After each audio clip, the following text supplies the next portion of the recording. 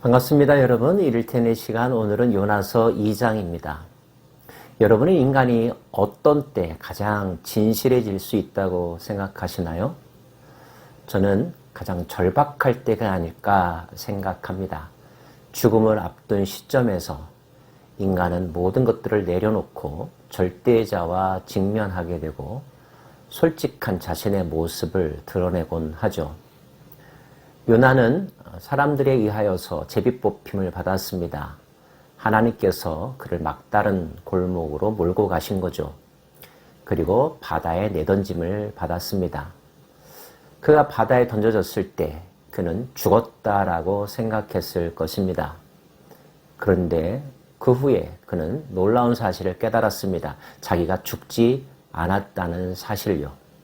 요나서 2장은 그가 바다에 던져지기 직전의 심정이 어떠했는지, 그리고 죽은 줄로만 알았던 자기 자신이 살아 있었을 때 어떠한 마음이 들었었는지를 우리들에게 증언해 주고 있습니다.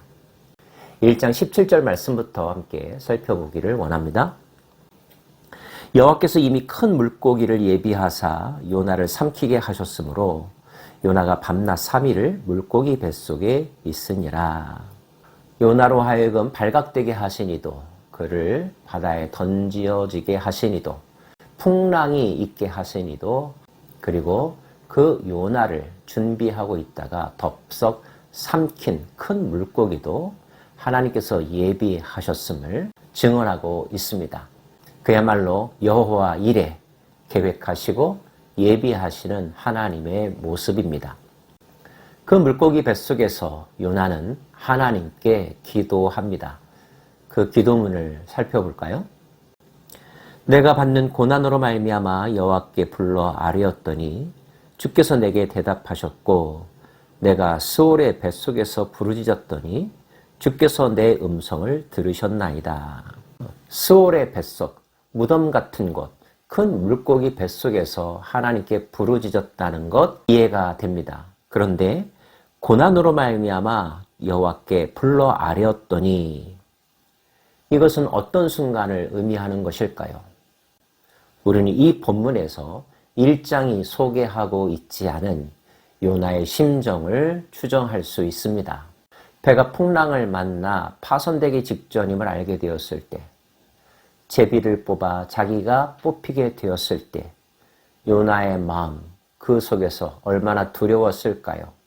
그런데 본문은 단지 그 마음뿐만 아니라 그가 하나님을 의식했고 하나님의 징계를 받고 있음도 자각하고 있음을 알 수 있습니다. 그는 마음속으로나마 하나님께 부르짖었던 것입니다. 제가 잘못했습니다. 하나님 하라는 대로 하겠습니다. 더 나아가 하나님 저 좀 살려주세요 라고까지 말하지 않았을까요?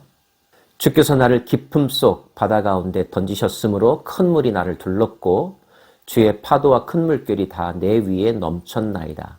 물에 빠진 상황을 상상해 보십시오. 아무리 헤엄을 잘 치는 사람이라 할지라도 바다 한가운데서 오래 버티지 못했을 것입니다. 결국 가라앉게 되고 물을 먹게 되고 숨이 가빠 올라겠죠. 자신이 죽어가고 있음을 느꼈을 것입니다. 그런데 바로 그때 요나는 이렇게 부르짖었습니다. 내가 말하기를 내가 주의 목전에서 쫓겨났을지라도 다시 주의 성전을 바라보겠나 하였나이다. 하나님을 기억하고 하나님을 향하여 내 영혼을 드리겠다고 하는 다짐입니다. 깊이 반성한다는 뜻이며 죽어서라도 이제는 하나님만을 생각하며 살겠다는 고백이 이 표현 속에 담겨 있는 거죠. 진실 100%의 간청이었을 것입니다. 물이 나를 영혼까지 둘러싸우며 깊음이 나를 에워싸고 바다풀이 내 머리를 감쌌나이다. 내가 산의 뿌리까지 내려갔사오며 땅이 그 빗장으로 나를 오랫도록 막았사오나. 죽음의 직전의 상황을 표현하고 있음을 알 수 있죠.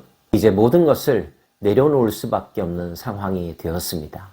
그런데 놀라운 기적이 그때 일어났다는 거죠. 나의 하나님 여호와여, 주께서 내 생명을 구덩이에서 건지셨나이다. 내 영혼이 내 속에서 피곤할 때에 내가 여호와를 생각하였더니 내 기도가 주께 이르렀사오며 주의 성전에 미쳤나이다. 죽은 줄 알았는데 죽지 않았더라는 것입니다. 죽음의 구덩이에서 벗어났음을 그는 깨달았습니다. 어떻게 해서 그런 것들이 가능하게 되었을까? 그가 그 순간에 한 것은 하나님을 찾은 것밖에 없습니다. 간절하게 진실함으로 하나님을 부르짖은 것밖에 없었죠. 그런데 그 부르짖음이 주의 성전에 다다랐다. 주의 보좌에 다다랐다. 주님의 귀와 주님의 마음에 다다랐다는 것입니다. 하나님은 요나의 기도, 그 간절한 기도 속에 구원 얻을 만한 믿음이 있음을 인정하셨습니다. 하나님의 기준에 합당하게 되자 모든 상황은 하나님의 뜻에 의하여 바뀔 수 있게 되었습니다. 천지를 지으신 하나님께서, 죽은 자도 살리시는 하나님께서 요나를 불구덩이에 넣었다, 물구덩이에 넣었다, 죽음의 직전에 이르게 하였다, 다시 소생하는 기쁨을 얻게 하신 것입니다. 주님의 은혜로, 오직 주님의 은혜로 다시 살아나게 된 요나는 자신의 연약했던 모습을 잊지 않고 고백합니다. 거짓되고 헛된 것을 숭상하는 모든 자는 자기에게 베푸신 은혜를 버렸사오나. 은혜를 버렸던 자가 누굽니까? 다름 아닌 자기 자신이었습니다. 보잘것없음에도 불구하고 하나님의 말씀이 임하는 영광을 경험했죠. 하나님의 말씀을 대언할 수 있는 선지자가 되었습니다. 그 큰 은혜에도 불구하고 이제껏 그는 온전히 자신의 마음을 하나님 앞에 드리지 못했습니다. 자신의 삶도 하나님의 것으로 온전히 드리지 못했습니다. 하나님보다 더 많이 생각했던 것이 있었다는 거죠. 자기의 의, 자기의 생각, 자기의 가치관. 그것이 모두 우상이었음을, 그것이 자신을 하나님으로부터 떼어놓는 사단의 방해요, 계략이었음을, 함정이었음을 그는 알게 된 것입니다.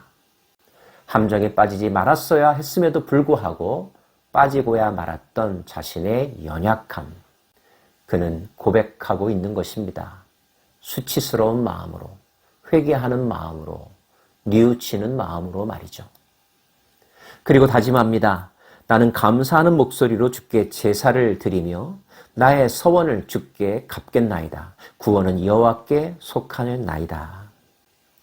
이제 남은 인생은 하나님께 감사의 제사를 드리겠다고, 그리고 자신이 하나님께 약속했던 것들을 끝까지 지키겠다고 고백합니다. 구원은 하나님께 있음을 알았으니까요. 하나님을 진정으로 깨달은 사람이 할 수 있는 당연한 고백이겠죠.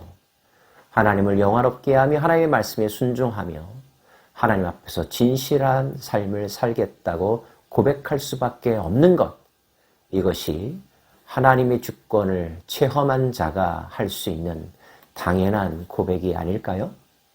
그가 이렇게 고백했을 때 하나님은 그 고백에 반응하셨습니다. 여호와께서 그 물고기에게 말씀하시매 요나를 육지에 토하니라. 지난 3일 동안 그는 농도 짙은 특별한 체험을 했습니다. 하나님의 심판과 하나님의 은혜. 예수님은 제자들에게 요나의 이 이야기를 인용하시면서 요나의 경험이 자신의 죽음에 대한 표적이라고 말씀하셨죠. 3일이라고 하는 큰 물고기 뱃속에서의 기간은 예수님이 무덤에서 묻히셨던 시간과 동일합니다. 차이가 있다면 요나는 자신의 우상 숭배와 불순종으로 말미암아 하나님 앞에 버림받았던 거였지만 예수님은 자신이 아닌 인간들의 죄 때문에 대신 버림을 당하셨습니다. 그 무덤 속에서 예수님은 하나님과 특별한 시간을 가지셨습니다.